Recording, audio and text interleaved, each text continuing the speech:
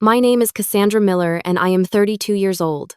I will never forget the moment my mother stood up at our family reunion, raised her glass in front of 50 relatives, pointed at my sister, Amy, and announced, "This is the daughter who has always loved us.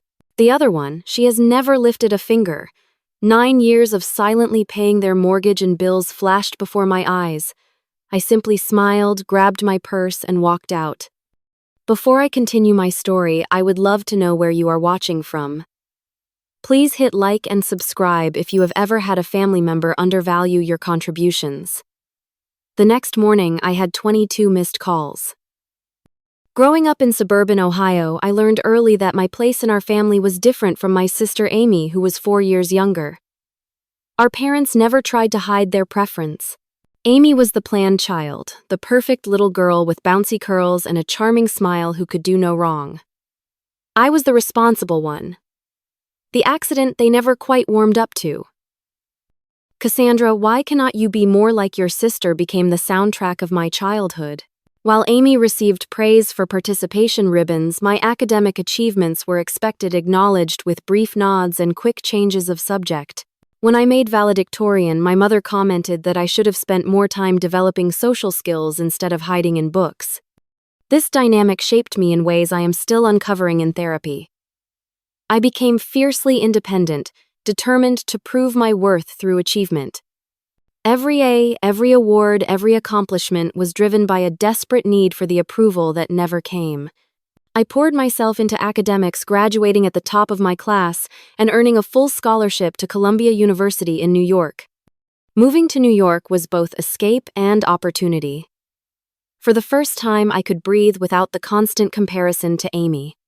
I thrived in my finance program, landing prestigious internships that led to a junior analyst position at a respected firm. Meanwhile, Amy dropped out of community college after 3 semesters to find herself with our parents funding her series of abandoned passions and extended trips abroad. Then came 2008. The financial crisis hit many families hard, including mine. Dad lost his management position when his company downsized, and at 54 found himself struggling to find comparable work. Mom had always worked part-time at a local boutique, but it was not enough to cover their expenses. Their savings dwindled rapidly as they maintained the lifestyle they had always known, too proud to downsize or admit financial difficulty. I learned about their situation by accident during a rare visit home. Finding a foreclosure notice poorly hidden beneath a magazine on the kitchen counter sent me into problem-solving mode. Despite the years of emotional neglect, they were still my parents. That night, I set up an automatic monthly transfer from my account to theirs, enough to cover their mortgage and essential bills. "This is just a business investment in the family home," I told myself, creating a fiction that protected my heart from acknowledging the deeper truth. I was still seeking their approval, their love. I never told them about the transfers, knowing their pride would prevent them from accepting help, especially from me. Instead, I let them believe they were managing through careful budgeting. For 9 years, I supported them financially, watching from a distance as they praised Amy for sending occasional care packages or calling more frequently than I did. Amy, meanwhile, bounced between jobs and relationships, occasionally moving back home between adventures. She never contributed financially, but was celebrated for emotional support and physical presence that I could not provide while building my career in New York. My therapist, Dr. Hansen, helped me see the unhealthy patterns in our family. "You are trying to buy the love that should have been freely given," she pointed out during our 3rd session. "Financial support cannot fill the emotional void." She was right, but breaking free from the pattern proved difficult. Every time I considered stopping the payments, guilt overwhelmed me. What kind of daughter would let her parents lose their home? What would the extended family think? And somewhere in a corner of my heart, I rarely acknowledged hope. Persisted that someday they would recognize my sacrifice and finally see me. Despite the emotional drain of my family's situation, I built a fulfilling life in New York. I advanced to senior financial analyst, bought a comfortable condo in a neighborhood I loved, and cultivated genuine friendships with people who valued me for exactly who I was. I dated occasionally, though. My trust issues and workaholic tendencies made sustaining relationships challenging.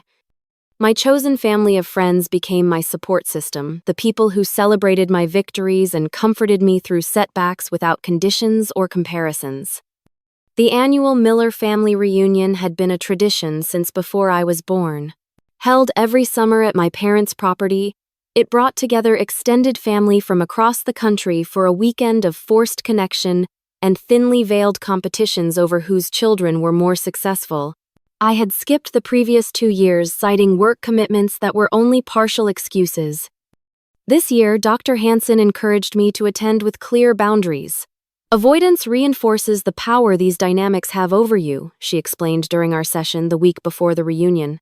Engagement with healthy limits is the path to genuine freedom. Still, I might have declined if Amy had not called. Mom will be devastated if you miss another year, she said, her voice heavy with the familiar blend of guilt and judgment. Is your fancy job really more important than family?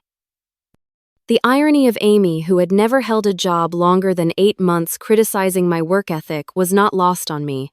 But I agreed to come scheduling the Friday off work to drive to Ohio, booking a hotel room, rather than staying at the family home and preparing mentally for what would inevitably be an emotionally draining weekend. I spent an absurd amount of time choosing my outfit, finally settling on a blue summer dress that projected both success and approachability. My armor would be subtle perfection, giving them nothing obvious to criticize. I had my hair professionally blown out, applied natural-looking makeup, and wore the pearl earrings my grandmother had left me, the only family member who had ever seemed to truly see me. The 5-hour drive from New York to the small town where I grew up gave me too much time to rehearse conversations and prepare responses to the predictable inquiries about my love life and when I planned to have children. I practiced breathing techniques Dr. Hansen had taught me, reminding myself that I was no longer the desperate for approval child I had once been. I was a successful adult visiting out of choice, not obligation. When I arrived at the familiar property, the knot in my stomach tightened. Cars already lined the long driveway. Relatives I barely remembered setting up tables and hanging decorations in the large backyard. I parked behind a minivan with Florida plates likely belonging to my father's sister and her family. Aunt Debbie spotted me first, rushing over with genuine warmth that momentarily eased my anxiety. Cassandra, you made it this year. Your mom did not think you would come. Work has been busy, I offered the standard excuse that was partially true, but I wanted to see everyone. The lie tasted bitter but necessary. I wanted to see some of them, the few relatives who had shown me kindness over the years. The rest, including my immediate family, I was enduring for the sake of my own healing process. Inside the house, I found my mother directing the food preparation with military precision. She barely looked up when I entered the kitchen, acknowledging me with a distracted, "You are late. The potato salad needs to be stirred." No hello, no thank you for coming. Just an immediate task assignment that reminded me of my place in the hierarchy. Nice to see you too, Mom, I said, forcing brightness into my voice as I set down the expensive wine I had brought and moved to the refrigerator to find the potato salad. My father entered, giving me an awkward side hug before immediately asking if I had seen the new grill he had bought. The unspoken message was clear: do not create tension with your mother. Keep things surface level. I nodded and expressed appropriate interest in the grill, which I later realized had been purchased with money I had indirectly provided. Amy arrived an hour later to effusive greetings and exclamations over her new highlights. Sorry I could not help with setup, she announced to general dismissal of her apology. The traffic from Cincinnati was awful. You are here now, sweetheart. That is all that matters, our mother said, embracing her warmly. The contrast to my reception was stark but familiar. Throughout the afternoon, I helped set up tables, arranged flowers, and prepared food alongside aunts and female cousins. I overheard my mother telling Aunt Debbie how Amy had been such a rock for them during the difficult financial period after Dad lost his job. She calls every day to check on us. Cassandra is too busy with her important career to remember she has family. The familiar pain of this mischaracterization surfaced, but I pushed it down. I knew the truth, even if no one else did. The monthly transfers from my account were the invisible foundation that had kept their lives stable for 9 years. Yet Amy, who had contributed nothing financially but called regularly to complain about her own problems, was the dedicated daughter. Not everyone bought into the narrative. My cousin Stephanie, who had always seen through the family dynamics, rolled her eyes at me after overhearing my mother. "Aunt Linda has always had a selective memory," she whispered. "Remember when she claimed Amy made the quilt that you spent an entire summer on?" That small moment of validation from Stephanie was like oxygen. There were people who saw the truth even if they were not the ones whose recognition I had spent a lifetime seeking. By evening, the backyard had been transformed with string lights, tablecloths, and centerpieces. Relatives continued to arrive, greeting each other with varying degrees of genuine enthusiasm. I moved through the space like a ghost present, but somehow separate, observing the family rituals with new clarity. The way certain relatives were fawned over while others were subtly dismissed. The constant comparisons between cousins. The unspoken competition that turned even compliments into weapons. In therapy, I had begun to understand that these dynamics were not unique to my relationship with my parents. They permeated the entire extended family system, with clear favorites and scapegoats established across generations. Recognizing the pattern did not erase the pain, but it helped me see that the problem had never been me. I was simply assigned a role in a dysfunctional system long before I had the power to reject it. By Saturday evening, the reunion was in full swing. 52 relatives ranging from infants to my great-uncle Walter, who had just celebrated his 89th birthday, gathered in the backyard. String lights twinkled overhead, creating a warm glow that belied the undercurrents of tension and competition flowing beneath the surface pleasantries. The long tables were covered in blue checkered cloths, laden with potluck dishes, representing family recipes and regional specialties from wherever relatives now lived.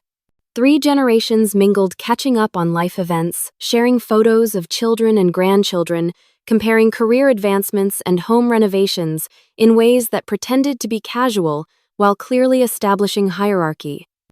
I navigated the social landscape carefully, genuinely enjoying conversations with certain relatives, while strategically avoiding others. My cousin Mark and I discussed his new architecture firm. Aunt Jessie updated me on her recovery from knee surgery. I held my newest second cousin baby, Emma, giving my cousin Rachel a brief break from motherhood. Throughout it all, I maintained a pleasant demeanor while keeping an emotional distance that protected me from the deeper currents of family dynamics. I answered questions about my career with modest confidence, deflected inquiries about my love life with humor, and avoided any topics that might trigger my mother's disapproval. Amy, meanwhile, worked the crowd like a politician, moving from group to group with animated stories and affectionate touches. She had always been naturally charismatic, drawing people to her with an effortless warmth I had never mastered. I did not begrudge her this gift, but watched with a mixture of admiration and pain as our parents beamed at her performance. Amy just got a promotion at the boutique. My mother announced to anyone who would listen, though I knew from our limited conversations that it was hardly a promotion, just a minor title change, with no increase in responsibility or compensation. She has such a natural eye for fashion. When Amy mentioned considering taking classes at the community college again, our father nodded approvingly. "It is never too late to find your path," he said, patting her shoulder. I thought about how they had reacted to my MBA application years earlier, questioning whether it was really necessary, and suggesting I was becoming overqualified and intimidating to men. As dinner wound down and dessert was being served, the traditional family toasts began. Uncle Robert raised a glass to absent family members. Cousin Jennifer announced her pregnancy to enthusiastic congratulations. Great Uncle Walter, as the eldest present, offered a rambling remembrance of reunions past. Then my father stood somewhat uncomfortably, as public speaking had never been his strength. "Linda and I want to thank everyone for coming," he said, looking around the gathering. "Family is what gets you through the tough times. We are blessed to have all of you in our lives." It was a generic speech, carefully avoiding any specific mentions that might imply preference or neglect. My father had always been a master of pleasant neutrality, a skill that had enabled him to avoid confronting the favoritism that defined our family dynamic. When he sat down, my mother rose. She had always enjoyed being the center of attention, and she surveyed the assembled relatives with the satisfaction of a queen addressing her subjects. At 58, she remained an attractive woman who worked hard to maintain her appearance. Her highlighted hair perfectly styled her summer dress, carefully chosen to flatter. "I want to propose a toast to my daughters," she began, and something in her tone immediately set off warning signals. I straightened in my seat, instinctively preparing for what was coming. "Motherhood has been the greatest blessing of my life," she continued, her voice carrying across the now quiet gathering. "Watching my girls grow into women has filled me with such pride." She turned toward Amy, her expression softening with genuine affection. "Amy, you have been our constant joy, our faithful daughter who has stood by us through every challenge." Amy beamed, soaking in the praise like a flower turning toward sunlight. I maintained my pleasant expression, having long ago perfected the art of masking pain in public. "This is the daughter who has always loved us," my mother declared, raising her glass higher toward Amy. Then she turned slightly her gaze, finding me with a coolness that still had the power to wound. "The other one, she has never lifted a finger for this family." The words hung in the air like physical objects. 50 pairs of eyes turned toward me, expressions ranging from embarrassment to curiosity to discomfort. The background noise of children playing at the far end of the yard suddenly seemed unnaturally loud, in contrast to the silence that had fallen over the adult gathering. 9 years. 9 years of monthly transfers that had kept their home from foreclosure. 9 years of paying utility bills, property taxes, insurance premiums. 9 years of enabling them to maintain their lifestyle and pride, while receiving nothing but criticism and comparison in return. For a moment, I considered standing up and listing every payment, every sacrifice, every time I had chosen their needs over my own desires. I imagined the shock on their faces, the uncomfortable realization dawning on the extended family that the narrative they had accepted was built on lies. But in that moment of public humiliation, I found unexpected clarity. No revelation, no evidence, no dramatic confrontation would change the fundamental truth: my mother had never seen me, and she never would. No amount of financial support or achievement would transform me from the other one into a daughter worthy of the love she gave Amy so freely. I met my mother's gaze directly, allowing myself one small moment of silent communication in which I let her see that I knew exactly what I had done for them and exactly who she was for denying it. Then I smiled, picked up my purse from beneath my chair, and stood. "Thank you for a lovely evening," I said to the table at large, my voice steady despite the earthquake of emotions beneath my calm surface. I nodded to the relatives I genuinely cared about, turned and walked away from the gathering with measured steps that declared this was a choice, not an escape. Behind me, conversation slowly, awkwardly resumed. I heard my father's voice calling my name once hesitantly, but no footsteps followed. No one came after me. Not my father, not Amy, not even a concerned aunt or cousin. Their silence confirmed what I had always known, but never fully accepted until that moment I was outside the circle, and perhaps I always had been. I got into my car, hands shaking slightly as I started the engine. As I drove down the long driveway away from my childhood home, strings of light growing smaller in my rearview mirror, I felt something unexpected beneath the pain and anger relief. The charade was over. The truth was in the open, even if they would never acknowledge it. For the first time in my adult life, I was free of the hope that had kept me tethered to people who could not love me as I deserved. The 20-minute drive to my hotel passed in a blur of streetlights and automatic turns remembered from childhood. Inside my room, I kicked off my shoes and sat on the edge of the bed, finally allowing the trembling that had been building since my mother's toast to overtake my body. I was not crying, not exactly, but experiencing waves of emotion too complex for simple tears. Anger came first, hot and clarifying.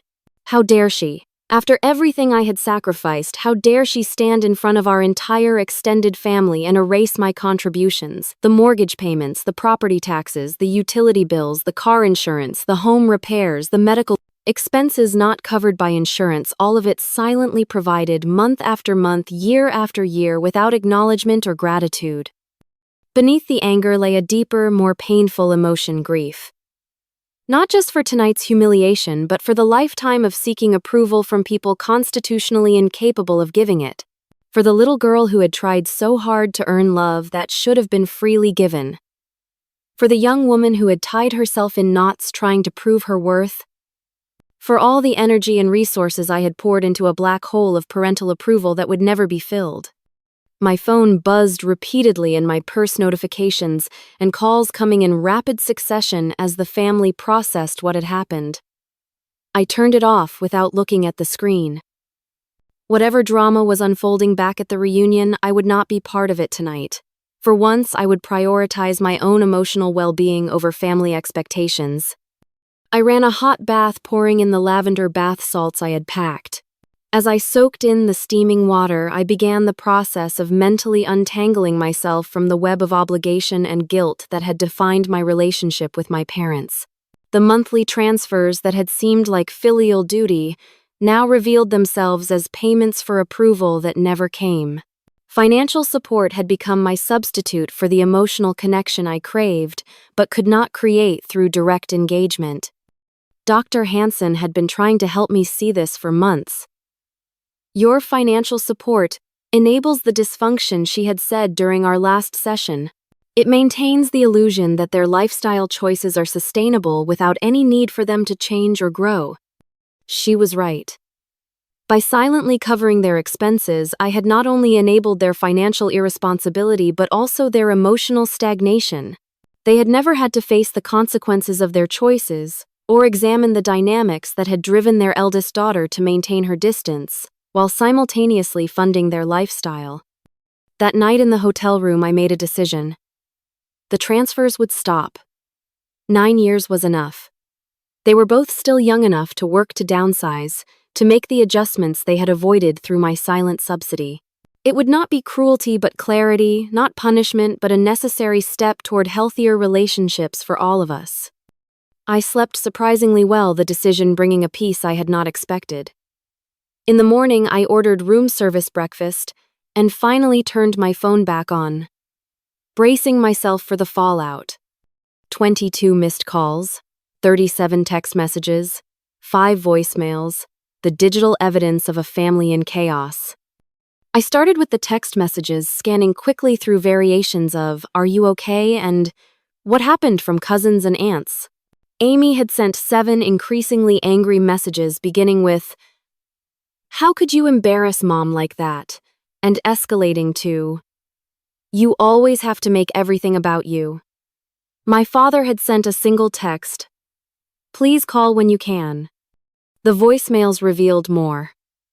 My father, uncomfortable but apologetic: "Cassandra, your mother did not mean it the way it sounded. Please come back so we can talk about this as a family." Amy, indignant and defensive: "I cannot believe you would walk out during Mom's toast. Do you know how upset she is? You always do this. You always put your feelings above everyone else's. Call me back."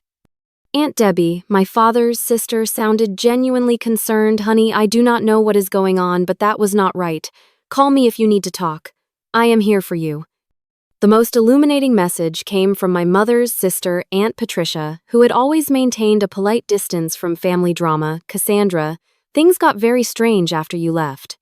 Your cousin Stephanie mentioned something about you helping your parents financially during the recession. Is that true? Because your mother has always told everyone that Amy has been supporting them. Call me back, please. I think there is more to this story than any of us knew." The final voicemail was from Stephanie herself. "Cass, I am so sorry about what happened. After you left, I kind of lost it, and told everyone about seeing the bank statements that one time I stayed with you in New York. I hope that was okay. People should know the truth. Call me. The family is having some very interesting conversations right now." I remembered the weekend Stephanie had stayed with me 2 years earlier. I had been reviewing my financial records for tax purposes, including the 9 years of transfers to my parents. Stephanie had seen the statements on my desk and asked about them, and in a rare moment of transparency, I had explained the situation. She had kept my confidence until now. As I processed these messages, my phone rang again. It was Aunt Patricia. I hesitated, then answered. Cassandra, thank goodness. Are you all right? I am fine, Aunt Patricia, I said, surprised by the genuine concern in her voice. We had never been particularly close. I do not know how to ask this delicately, so I will just ask. Have you been financially supporting your parents since Michael lost his job? The directness of the question caught me off guard. For 9 years, I had maintained the fiction that my parents were managing on their own. The habit of protection was strong. Why do you ask? I deflected. Because after you left last night, all hell broke loose, she said bluntly.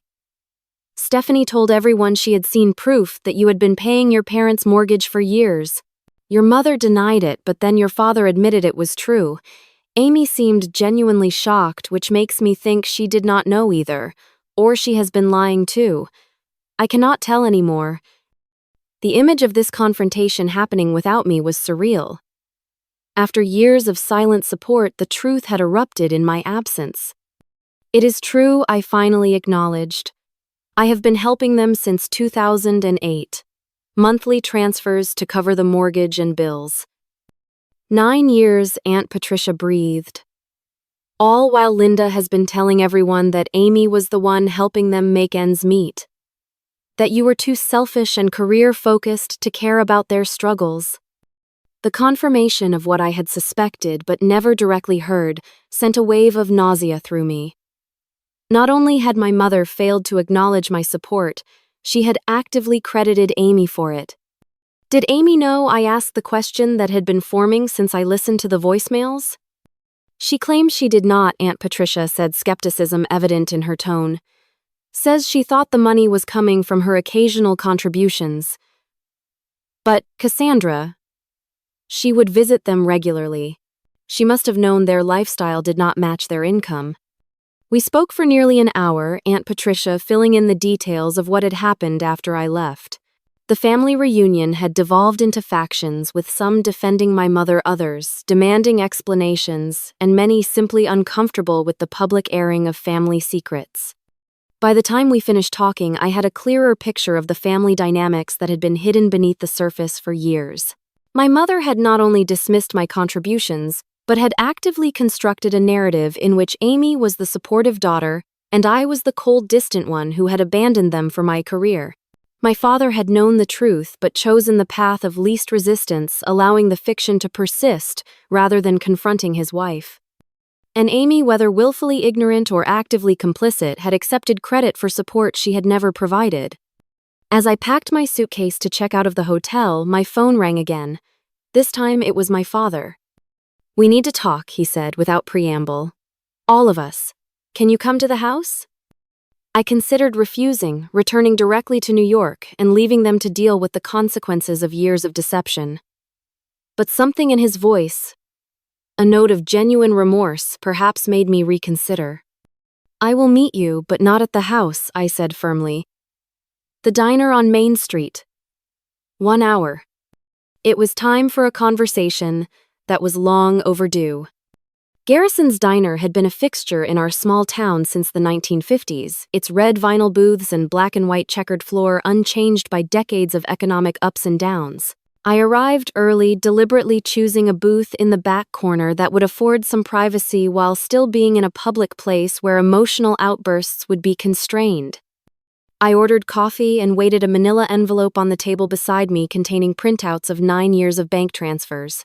I had stopped at the business center in the hotel to print them, wanting physical evidence that could not be dismissed or reinterpreted. My parents arrived first. My mother looking uncharacteristically disheveled, her eyes puffy from either lack of sleep or crying. My father appeared older somehow. His shoulders hunched as if under a physical weight. They slid into the booth across from me, neither quite meeting my eyes. "Amy is on her way," my father said, breaking the uncomfortable silence. "She had to drop something off first." I nodded, taking a sip of my coffee. Let them sit with the discomfort, I thought. I had carried it for years. Amy arrived 10 minutes later, her expression a mixture of defensiveness and uncertainty. She hesitated before sitting beside our parents, creating a visual divide in the booth, them versus me. It was an apt representation of family dynamics I had felt, but never seen so clearly illustrated. The waitress came by for their orders. Small talk and delaying tactics. When she left, I decided to take control of the conversation that I had been avoiding for 9 years. I have been supporting you financially since Dad lost his job, I said, my voice calm and direct. Monthly transfers to cover the mortgage, utilities, property taxes, insurance, and various emergencies. 9 years of financial support that Mom publicly declared never happened. My mother immediately bristled. You abandoned us. You moved to New York and barely called or visited. Amy was here for us emotionally, which is far more important than money. I did not abandon you. I built a career that enabled me to support you without compromising my independence, I replied. And I never asked for credit or gratitude. But I did not expect to be publicly humiliated and have my contributions not just ignored but explicitly denied. I opened the manila envelope and placed the bank statements on the table, 9 years of evidence arranged in chronological order. Every month for 9 years. Even when I was paying off my student loans. Even when I needed dental surgery and had to finance it because my available funds were going to you. My father reached for the statements, his hands trembling slightly as he reviewed the evidence of my silent support. Cassandra, we did not ask you to do this. No, you did not. I offered because I cared, because despite everything, you are my family. But you accepted every payment without question, maintained a lifestyle you could not afford, and then allowed Mom to tell everyone that I had never lifted a finger while Amy was supposedly supporting you. Amy, who had been uncharacteristically quiet, suddenly looked up from the bank statements. I did support them, she insisted. I called every day. I visited every week. I brought groceries and helped around the house. And that matters, I acknowledged. Emotional support and presence are valuable. But did you ever wonder how they kept the house after Dad lost his job? How they afforded vacations and home renovations on part-time retail work and occasional consulting gigs? A flash of discomfort crossed her face, quickly replaced by defensiveness. They said they were careful with money. That they had savings, and Dad's severance package. The severance package lasted 3 months, my father admitted quietly. The savings were gone within the first year. My mother shot him a look of betrayal. Michael, do not make it sound like we were deceptive. We managed as best we could. With my money, I said firmly, which I freely gave. But the issue is not the financial support itself. It is the narrative you created around it. The story you told the family that Amy was the supportive daughter while I was cold and distant. The toast last night, where you explicitly stated, I never lifted a finger for this family. My mother's face flushed with anger and embarrassment. You have always thought you were better than us with your fancy degree and big city job. Amy actually cares about family. She shows up. She calls. She remembers birthdays and anniversaries. Linda, my father interjected, his voice stronger than I had heard it in years. That is enough. The bank statements are right here. Cassandra has been keeping us afloat for 9 years, while we pretended to everyone, including ourselves, that we were managing on our own. The rare contradiction from my father momentarily silenced my mother. In the pause, I gathered my thoughts. I did not come here for an apology I know I will not receive, I said calmly. I came to inform you of 2 things. First, the monthly transfers will stop effective immediately. You have had 9 years to adjust to Dad's job loss. It is time to make the necessary changes to live within your actual means. You cannot just cut us off, my mother exclaimed, drawing glances from nearby diners. That is cruel and vindictive. It is neither. It is a healthy boundary I should have established years ago. Which brings me to my second point. I am stepping back from this family dynamic. I will no longer participate in a relationship where I am consistently devalued, compared, and manipulated. So you are abandoning us again, Amy said bitterly, running away when things get difficult. No, Amy. I am choosing to invest my emotional and financial resources in relationships that are mutual and respectful. I have spent 32 years trying to earn love that should have been freely given. I am done trying. My father looked genuinely distressed. Cassandra, please. We can work through this. Families have disagreements, but we are still family. Being family should mean more than DNA and obligation, I replied. It should mean honesty, respect, and support that goes both ways. When you and Mom are ready for that kind of relationship, you can contact me. Until then, I need distance. I stood to leave collecting the bank statements and returning them to the envelope. My mother remained silent, her expression a mixture of anger and calculation that I recognized from childhood confrontations. She was already formulating the narrative she would tell others about this conversation, casting herself as the victim of an ungrateful daughter. What about the house? Amy suddenly asked, the practical implications of my financial withdrawal beginning to dawn on her. What will happen to the house? That will depend on the choices they make, I said. They could downsize to something within their budget. Dad could look for work rather than taking early retirement. Mom could increase her hours at the boutique. There are options that do not involve me subsidizing a lifestyle built on appearances. The reality of their situation was finally registering on their faces. For 9 years, I had been the invisible foundation supporting a house of cards that was about to collapse without my continued input. I have paid enough, I said quietly. Financially and emotionally. It is time for me to stop. As I walked out of the diner into the bright summer day, I felt lighter than I had in years. The confrontation had not brought the emotional closure Hollywood movies might suggest, but it had established a truth and a boundary that would shape whatever came next in our complicated family story. Returning to New York after the reunion debacle felt like emerging from a long tunnel into daylight.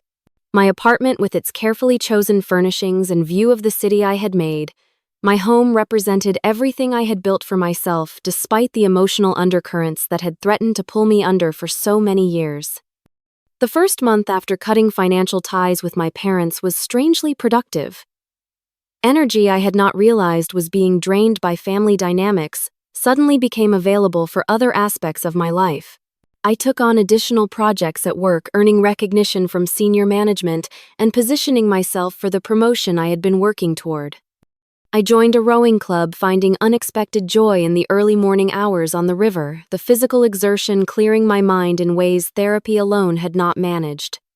Dr. Hansen noted the change immediately. You are sitting differently, she observed during our first session after the reunion.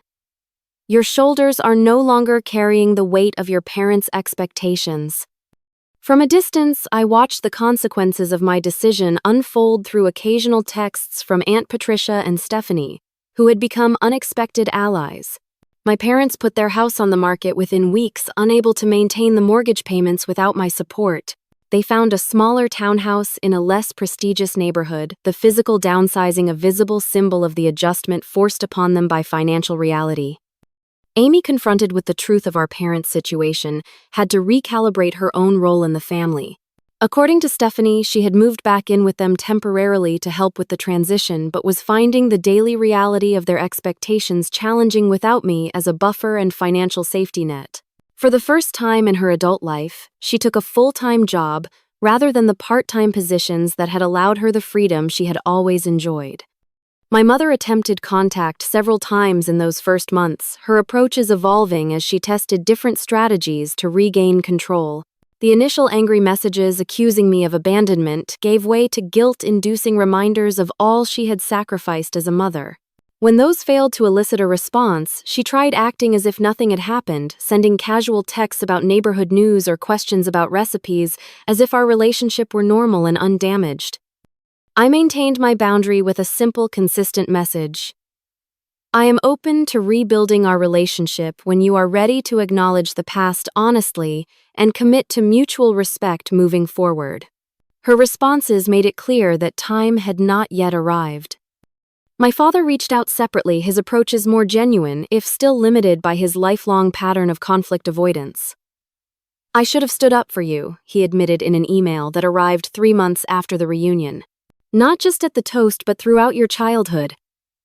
I failed you as a father by allowing your mother's favoritism to go unchallenged. It was the most honest communication we had ever shared, and I responded with equal candor, neither absolving him completely nor shutting the door on potential reconciliation. We began a tentative correspondence, careful and measured, but more authentic than our relationship had ever been. As the holidays approached, bringing their inevitable emotional complexities, I made conscious choices about how and with whom I would spend my time. I declined the awkward invitation to Thanksgiving at my parents' new townhouse, opting instead to host a chosen family dinner in my apartment for friends who, like me, had complicated relationships with their biological families. The Christmas season brought more challenging decisions. Aunt Patricia invited me to her home for Christmas Eve, where many extended family members would gather. Your parents will not be there, she assured me. But many of us would love to see you and continue rebuilding those connections. I accepted, finding unexpected joy in reconnecting with relatives who had reached out after learning the truth about my silent support of my parents. Relationships that had been superficial at best were developing new depth based on mutual respect and genuine interest, rather than obligation. 6 months after the reunion incident, I met someone. David was a corporate attorney I encountered at a charity fundraiser, his intelligence and quiet confidence immediately appealing. Our relationship developed with a healthiness that contrasted sharply with my previous romantic attempts, which had always been undermined by my inability to believe I was truly worthy of love. You know what I noticed first about you? He asked one evening as we walked along the Hudson River. How completely yourself you seemed. No performance, no desperate need to impress. Just authenticity. I smiled, recognizing that this quality he admired was relatively new, a hard-won result of the boundaries I had established and the self-worth I was finally claiming. That is a recent development, I admitted, sharing some of my family history. Standing up for yourself is not selfish, he said after listening thoughtfully. It is necessary for any healthy relationship. You cannot truly give to others from an empty well. His understanding validated the difficult choices I had made. For the first time, I was building a relationship without the distorting lens of my family dynamics, coloring my perceptions and reactions. The 6-month mark also brought an unexpected development from Amy. She called one evening, her voice lacking the defensive edge that had characterized our last interaction. I did not know, she said without preamble. About the money, I mean. I really did not know you were supporting them all those years. What did you think was happening? I asked, genuinely curious about her perspective. I thought they were managing on their own, she admitted. Dad occasionally mentioned consulting work. Mom talked about promotions at the boutique. They never seemed worried about money, so I never questioned it. When they mentioned your career success, it was always with this undertone that you were selfish for not sharing it with family. And you believed that I said not as an accusation, but as a statement of fact. It fit the narrative I had always been told, she acknowledged. That I was the good daughter who cared about family, and you were the cold, ambitious one who had left us behind. It was easier to believe that than to question why they could afford things that did not match their visible income. Her honesty was a small breakthrough, though it did not immediately repair the damage between us. Like my father, Amy had been both beneficiary and victim of my mother's manipulative family system, her role as the favored child coming with its own hidden costs that she was only beginning to recognize. I am not the villain in this story, I told her. But neither are you the heroine. We were both assigned roles in a dysfunctional system that served our parents' needs, not ours. I do not know how to be a sister outside of that system, she confessed. We have never had a relationship that was not defined by competition and comparison. Maybe we start by being honest, I suggested, and by not letting Mom triangulate us against each other anymore. It was a tentative beginning, the first shoot of a potentially healthier sibling relationship emerging from the scorched earth of our family dynamics. Whether it would flourish remained to be seen, but the possibility existed where none had before. As winter turned to spring, I continued building my life on new foundations. The promotion at work came through, bringing increased responsibility and compensation. David and I moved from dating to a committed relationship. My chosen family of friends expanded and deepened, and I continued the inner work of recognizing and releasing the patterns that no longer served me.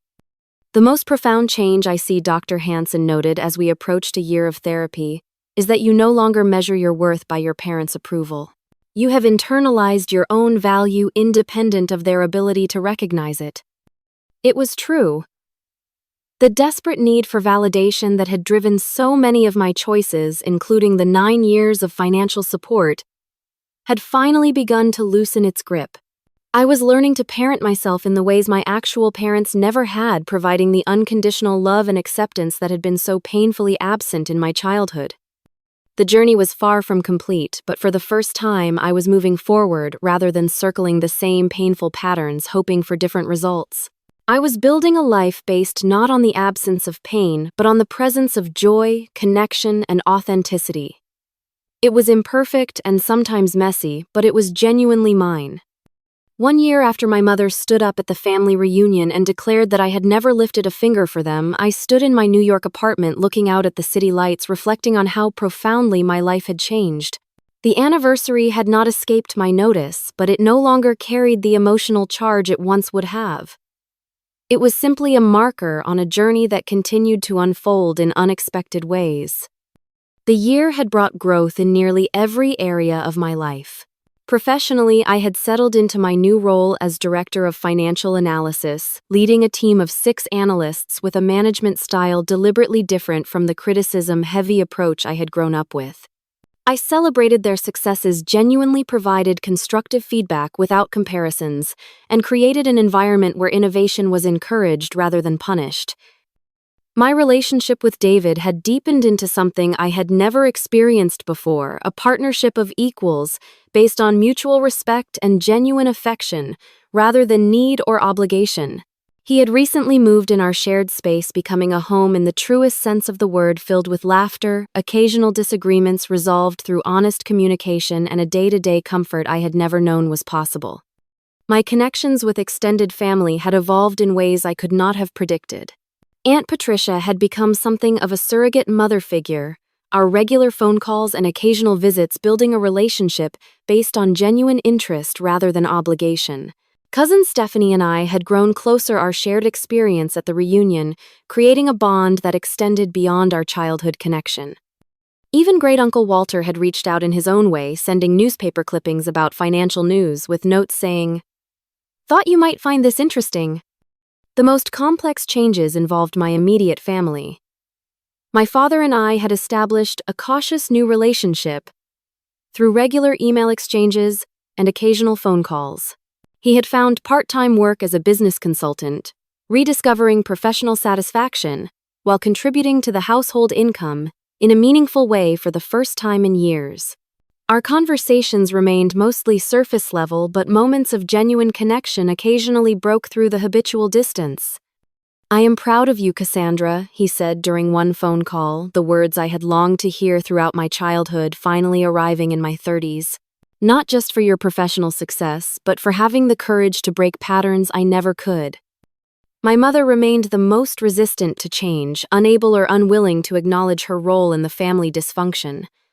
She had constructed a new narrative about the events of the previous year, casting herself as the victim of a misunderstanding blown out of proportion. According to Aunt Patricia, she told relatives that I had overreacted to a harmless toast and was punishing the entire family over a simple misunderstanding. I maintained minimal contact with her, brief phone calls on holidays and birthdays that remained carefully within the boundaries I had established. She continued to test those boundaries, making occasional comments designed to provoke guilt or obligation, but I had developed the ability to recognize these attempts without being drawn into old patterns. "Your healing does not depend on her acknowledgement," Dr. Hansen reminded me during one of our now monthly sessions. "That would be convenient, but true healing comes from within, from recognizing your own worth regardless of whether she ever validates it." Amy and I were building a relationship independent of our parents for the first time in our lives. It was awkward and uncertain, both of us learning to relate as adults, without the comparative framework that had defined our childhood interactions. We had begun meeting for lunch every few months when her work brought her to New York, carefully navigating toward a potential friendship that might someday feel like genuine sisterhood. The financial consequences of ending my support had forced necessary changes in my parents' lifestyle. They had adjusted to their smaller home, reduced their discretionary spending, and faced the reality of their actual income level rather than the inflated lifestyle my contributions had maintained. According to Amy, there had been difficult moments of adjustment, but ultimately the honesty was healthier than the pretense they had maintained for so many years. As for me, I had redirected the money previously sent to my parents toward investments in my own future and causes I believed in.